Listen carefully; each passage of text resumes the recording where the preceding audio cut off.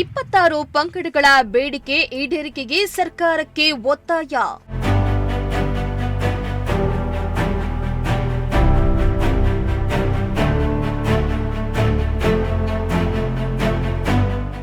Doctor Pranavananda ಸ್ವಾಮೀಜಿಗಳಿಂದ ಪಾದಯಾತ್ರೆಗೆ ಸಿದ್ಧತೆ.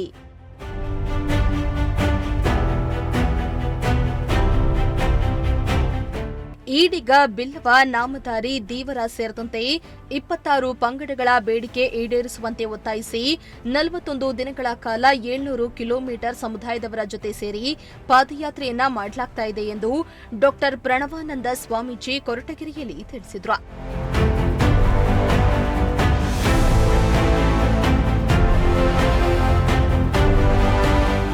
ಇಂದು ಕೊರಟಗೆರೆಯಲ್ಲಿ ಈಡಿಗ ಸಮುದಾಯದ ಮುಖಂಡರೊಂದಿಗೆ ಬ್ರಹ್ಮಶ್ರೀ ನಾರಾಯಣ ಗುರು ಪೀಠಾಧಿಪತಿ ಶ್ರೀ ಡಾಕ್ಟರ್ ಪ್ರಣವಾನಂದ ಸ್ವಾಮೀಜಿ ಸಭೆಯನ್ನ ನಡೆಸಿ ನಂತರ ಮಾಧ್ಯಮದವರೊಂದಿಗೆ ಮಾತನಾಡಿ, ಈ ಐತಿಹಾಸಿಕ ಪಾದಯಾತ್ರೆ ಸುಮಾರು 700 ಕಿಲೋಮೀಟರ್ ಕ್ರಮಿಸಲಿದ್ದು ಸತತ 41 ದಿನಗಳು ಸಮುದಾಯದ ಜೊತೆಗೂಡಿ ಪಾದಯಾತ್ರೆ ಮಾಡ್ತೇವೆ. ನಮ್ಮ ಬೇಡಿಕೆ ಸರ್ಕಾರ ಈಡೇರಿಸಲೇಬೇಕು ಎಂದಿದ್ದಾರೆ. ಈ ಸರ್ಕಾರ ಬಂದ ಮೇಲೆ ಒಂದೇ ಒಂದು ಮಂತ್ರಿ ಸ್ಥಾನವನ್ನ ಕೊಟ್ಟಿದ್ದಾರೆ.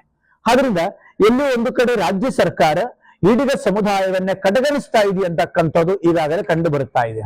ಅದಕ್ಕೋಸ್ಕರ ಸಮುದಾಯ ಜಾಗೃತಿ ಆಗಬೇಕು, ಜೊತೆ ಸರ್ಕಾರದ ಗಮನ ಸೆಳೆಯಬೇಕು ಅನ್ನೋ ನಿಟ್ಟಿನಲ್ಲಿ ಈಗಾಗಲೇ ಜನವರಿ 26ನೇ ತಾರೀಕು 2026 ಕಲಬುರಗಿ ಶಕ್ತಿಪೀಠದಿಂದ ನಾರಾಯಣಗುರು ಶಕ್ತಿಪೀಠದ ನಮ್ಮ ಪಾದಯಾತ್ರೆಯನ್ನು ಪ್ರಾರಂಭ ಮಾಡಿ ಸುಮಾರು 38-41 ದಿನ ಒಳಗಡೆ ಇರತಕ್ಕ ದಿನಗಳಲ್ಲಿ ಬೆಂಗಳೂರಿಗೆ ಬರ್ತದೆ. ಫೆಬ್ರವರಿ 12ನೇ ತಾರೀಕು ಫ್ರೀಡಂ ಪಾರ್ಕ್ ಅಲ್ಲಿ ಅಮರನಾಥ ಉಪವಾಸ ಸತ್ಯಾಗ್ರಹ ಕೂಡ ನಾವು ಈಗಾಗಲೇ ಪ್ಲಾನ್ ಮಾಡಿಕೊಂಡಿದ್ವಿ. ಆ ಪಾದಯಾತ್ರೆಯು ಕೂಡ ಚಿತ್ತಾಪುರದಿಂದ ಪ್ರಾರಂಭವಾಗಿ, ಕರದಾಳಿಂದ ಪ್ರಾರಂಭವಾಗಿ ಚಿತ್ತಾಪುರ, ಶಾಬಾದ್, ಜೇವರ್ಗಿ, ಶಾಪುರ, ದೇವದುರ್ಗ ಹಾಗೂ ಸಿರ್ವಾರ, ಮಾನವಿ, ಸಿಂಧನೂರು, ಕಾರಡಗಿ, ಗಂಗಾವತಿ, ಹೊಸಪೇಟೆ ಹಾಗೂ ಚಿತ್ರದುರ್ಗ ಟು ಹೈವೇಯಿಂದ ಬೆಂಗಳೂರಿಗೆ ಬರ್ತೇವೆ. ಪ್ರತಿನಿತ್ಯ 20 ಕಿಲೋಮೀಟರ್ ಪಾದಯಾತ್ರೆ ಇರುತ್ತದೆ. ಸುಮಾರು 15-20 ಬಹಿರಂಗ ಕಾರ್ಯಕ್ರಮ ಇರುತ್ತದೆ. ಅದರಲ್ಲಿ ಎಲ್ಲವೆಲ್ಲ ಕೂಡ ಸಮುದಾಯದ ನೋವುಗಳನ್ನು ಹೇಳುತ್ತೇವೆ. ಪ್ರಜಾಪ್ರಭುತ್ವದ ವ್ಯವಸ್ಥೆಯಲ್ಲಿ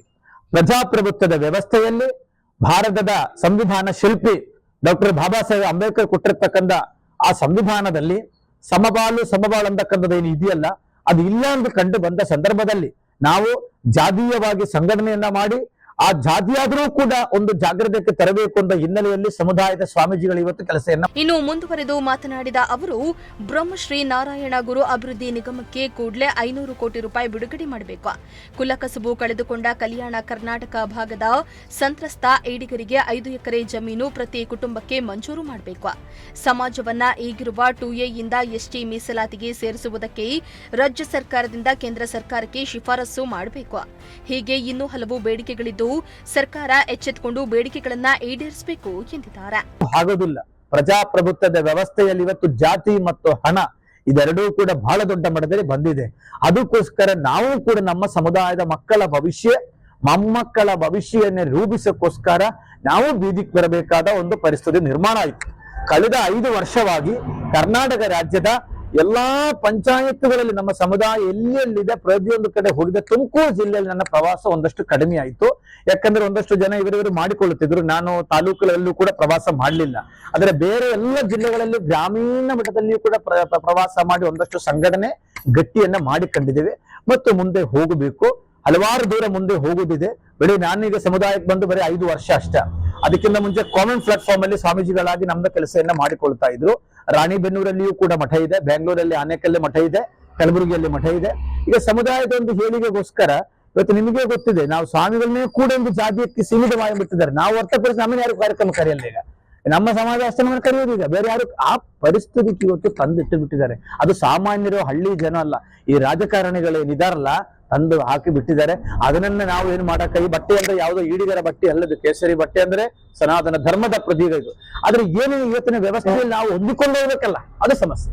ಇನ್ನು ಈ ಸುದ್ದಿಗೋಷ್ಠಿಯಲ್ಲಿ ಈಡಿಗ ಸಮುದಾಯದ ಮುಖಂಡರು ಡಾಕ್ಟರ್ ಪ್ರಣವಾನಂದ ಸ್ವಾಮೀಜಿಗಳಿಗೆ ಸಾಥ್ ನೀಡಿದ್ರು. ಎನ್ ಮೂರ್ತಿ, ಪ್ರಜಾಶಕ್ತಿ ಟಿವಿ, ಕೊರಟಗೆರೆ.